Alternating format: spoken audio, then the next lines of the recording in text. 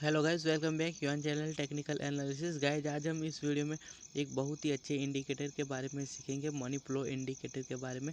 अगर गाइस इस इंडिकेटर को आप अच्छे से फॉलो करते हो तो आपको और किसी इंडिकेटर को यूज़ करने की कोई ज़रूरत नहीं रहती।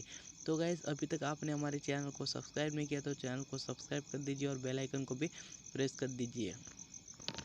तो गाइस, हम यहाँ पर मनी फ्लो इंडिकेटर की थोड़ी अगर थियरी की बात किया जाए तो ये एक मोमेंटम इंडिकेटर है और ये इंडिकेटर हमें स्ट्रेंथ, वॉल्यूम और मोमेंटम तीनों को हमें दर्शाता है। तो ये एक तरीके से देखा जाए तो बहुत ही अच्छी बात है।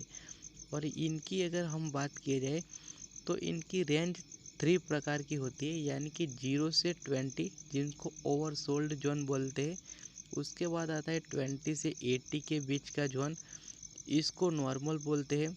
ये इसका मतलब है नॉर्मल जोन में है। और इसके बाद आता है 80 टू 100, यानी कि इसको ओवरबॉट जोन बोलते हैं।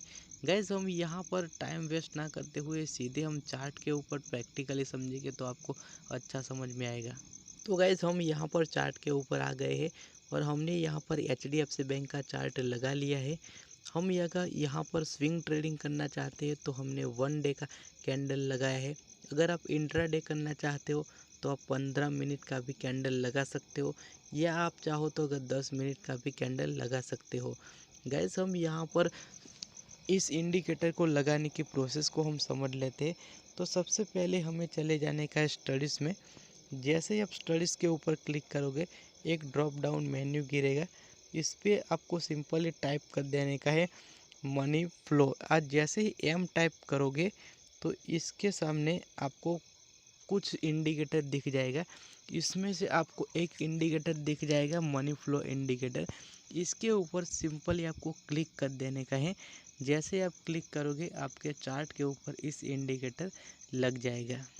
तो गाइस, अब हम यहाँ पर इनकी सेटिंग्स की अगर बात किया जाए तो सेटिंग्स हमें बाय डिफ़ॉल्ट ही दिया गया है। इसमें हमें कुछ छेड़छाड़ नहीं करने का है। जो पीरियड हमें 14 दिन का दिया गया है वही हमें रखने का है। हमने यहाँ पर देखे तो दो हमें जोन दिखाई पड़ रहे हैं, एक ओवरबॉट जोन और ओवरसोल्ड जोन। जैसे ही मनी फ्लो इंडेक्स 80 या 80 को क्रॉस करके ऊपर की ओर निकलता है, इसको ओवरबॉट जोन बोलते हैं। और 20 या 20 से नीचे जैसे आता है इनको ओवरसोल्ड जोन बोलते हैं। यानी कि जैसे ही 20 के नज़दीक आता है तो हमें यहाँ पर बाइंग के मौके ढूंढने हैं, और जैसे ही 80 को क्रॉस करके ऊपर जाता है तो हमें यहाँ पर सेल करने के मौके ढूंढने का है। जैसे ये ओवरबॉट जोन में प्रवेश हो जाए तो यहाँ पर हमें बाय करने का मौका बिल्कुल भी नहीं ढूंढने का, हमें यहाँ पर सेल करने का है।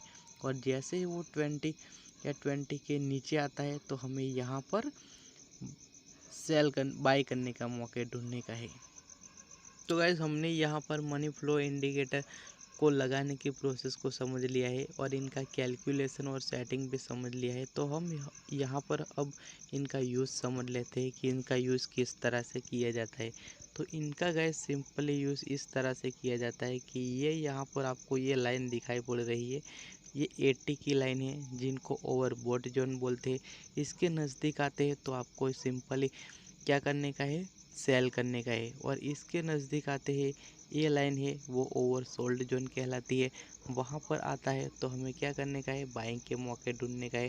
तो हम अगर HDFC बैंक की अगर बात किया जाए तो HDFC बैंक में यहाँ पर हमें बाई करने की अपॉर्चुनिटी मिल रही है, क्योंकि यहाँ से आप देख पा रहे हो जैसे ही इन्होंने 20 की लाइन को क्रॉस किया पर हमें यहाँ से एक रिवर्सल दिखाई पड़ रहा है, यानी कि HDFC बैंक का शेयर यहाँ से ऊपर जाने की कोशिश कर रहा है। तो वैसे ही आप देखोगे यहाँ से उन्होंने जैसे ही 80 की लाइन को क्रॉस किया एक रिवर्सल हमें दिखने को मिला और वहाँ से ही शेयर में गिरावट आनी शुरू हो गए। तो इस तरह से गाइस, आप जैसे ही 20 के नज़दीक आता है शेयर आप इनको बाय कर सकते हो, और जैसे ही 80 को क्रॉस करके ऊपर निकलता है तो आप इनको सेल कर सकते हो।